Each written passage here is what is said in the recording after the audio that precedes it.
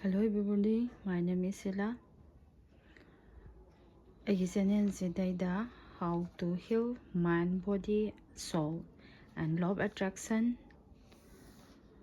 law of spirit, occult science ki matangda spiritual guide ama oina semjabani aigi blog amadi channel che simtangda khoi punsigi lambida thengnaribasing amadi phangiba blockage sing asi kadaidagino matau karam tawna aikoina heal tawgadage matau karam tawna aikoina handle tawraga punsigi lambi se mamang da sakadagi haibigi matangda aigi channel seda semjarake mayamgi pukning loksing amadi guidance oibe ngambra haibadu yengminasi aduga ngasigi oinadi ai piles kara pick up tawra thamjare. Piles number 1 da green adventural, pile number 2 da smoky squat ani se thamge.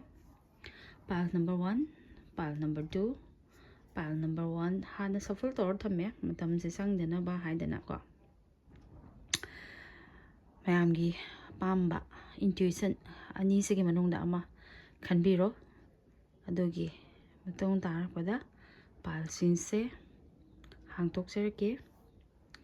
Pile number 1 da laise hadaki sahi sigi hadaki sahi se crystal clear oina ko koina pamiba thabak thoram amadi loina nangiba mising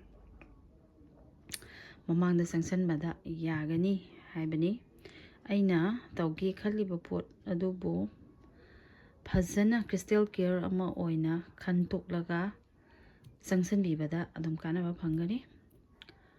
Piles number 2 da smoky eyes khangiba smoky